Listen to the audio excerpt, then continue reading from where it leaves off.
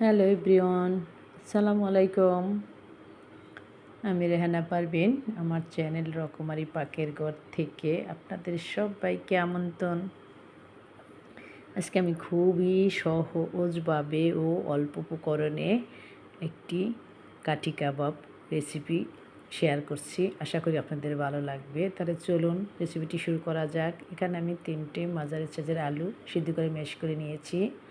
পরিমাণ মতো লবণ দিয়ে দিলাম, টেস্টিং সল্ট সামান্য একটু, কোয়ার্টার চা চামচের মতো জিরা ও গরম মশলার গুঁড়া মিক্স করা দিয়ে দিলাম, আধা চা চামচ কর্নফ্লাওয়ার, এক টেবিল চামচ বাইন্ডিংয়ের জন্য। অবশ্যই কর্নফ্লাওয়ারটা দিতে হবে। এত অল্প উপকরণে এত মজার একটি নাস্তা কি আর বলবো, বাচ্চারা এত পছন্দ করেন, বড়রাও। দিয়ে দিচ্ছি কাঁচামরিচ কুচি, যে যেমন জাল খান, আর অরেঞ্জ একটু, ব্রেড ক্রাম 1 টেবিল চামচের মতো হবে, চিলি ফ্লেক্স 1 টেবিল চামচ। আমি আমার মতো জাল হবে এরকম দিয়েছি, আপনারা আপনাদের মতো জাল দিবেন। তবে এটার ভিতরে একটু জাল বেশি হলেই খেতে টেস্ট হয়। ধনেপাতা দিয়ে দিচ্ছি পরিমাণ মতো, সাদা ব্রেড ক্রাম দিয়ে দিলাম 1 টেবিল চামচের মতো।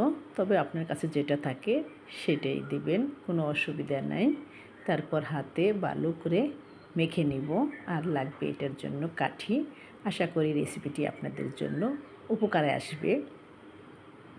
তারপর এখানে আমি ময়দা একটু ঘন করে একটা ব্যাটার রেডি করে নিয়েছি। ওই ব্যাটারে কাবাবগুলি বানিয়ে চুবিয়ে তারপর ব্রেড ক্রাম লাগাবো। অবশ্যই কিন্তু ময়দার ব্যাটারে চুবিয়ে নেবেন, ডিমে চুবাতে যাবেন না। তারপর কাঠির সাথে যেভাবে শিক কাবাবের মতো আমি হাত দিয়ে লম্বা করে এটাকে পুরো বানিয়ে নিব। এটা সব কিছুই কিন্তু বোঝানো সম্ভব না, আপনাদেরকে দেখে বুঝে নিতে হবে।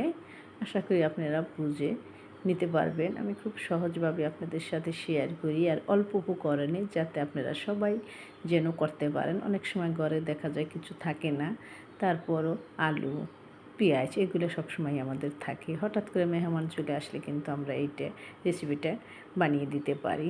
রেসিপিটা কিন্তু আনকমন একটা রেসিপি, দেখতেও খুব ভালো লাগে আর খেতেও কিন্তু খুবই মজার হয়। বাচ্চারাও অনেক পছন্দ করে থাকেন। তারপরে যে আমার দেখেন বানানো হয়ে গিয়েছে। আমি এই ব্যাটারে কাবাবগুলি চুবিয়ে তারপর ব্রেড ক্রাম লাগিয়ে নেব।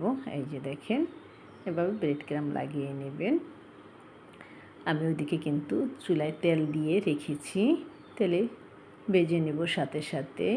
তবে আপনারা হাতে যদি সময় থাকে 10 মিনিটের জন্য ফ্রিজে রেখে তারপর ভেজে নেবেন। তাহলে হয় কি, ব্রেড ক্রামগুলি ভিতরে লেগে যায় আর পুড়ে যাওয়ার সম্ভাবনা খুব কম থাকে। আর এই ব্রেড ক্রামগুলি কিন্তু আমার নিজের হাতে বানানো, বাসায় বানিয়ে নিলে ব্রেড ক্রামগুলি ভালো হয়, তেলের ভিতর পরে কম। অনেক বাজার থেকে যদি কিনে আনি বা টোস্টগুলি আমরা অনেক সময় গুঁড়া করে নেই, ওইগুলি কিন্তু তেলের ভিতর পড়ে যায়, কারণ ওইটার সাথে তেল বেশি থাকে। সেজন্য আমি বাসায় বানিয়ে নিই। আশা করি আপনাদের ভালো লাগবে। রেসিপিটি যদি একটু হলেও আপনাদের ভালো লাগে বা উপকারে আসে, আমার চ্যানেলটি ঘুরে আসবেন। আর সম্পূর্ণ ভিডিওটি দেখার অনুরোধ রইল। আমার চ্যানেলটি যদি সাবস্ক্রাইব করা না থাকে, প্লিজ আমার চ্যানেলটি সাবস্ক্রাইব করে আমার পাশেই থাকবেন, আমাকে এগিয়ে যেতে সাহায্য করবেন। আশা করি আপনারা তাই করবেন। আপনাদের ভালোবাসায় আমি এগিয়ে যাব ইনশাআল্লাহ। এই যে দেখেন, আমার কাবাবগুলি কিন্তু ভাজা হয়ে গিয়েছে। গরম গরম সসের সাথে পরিবেশন করবেন। আল্লাহ হাফেজ।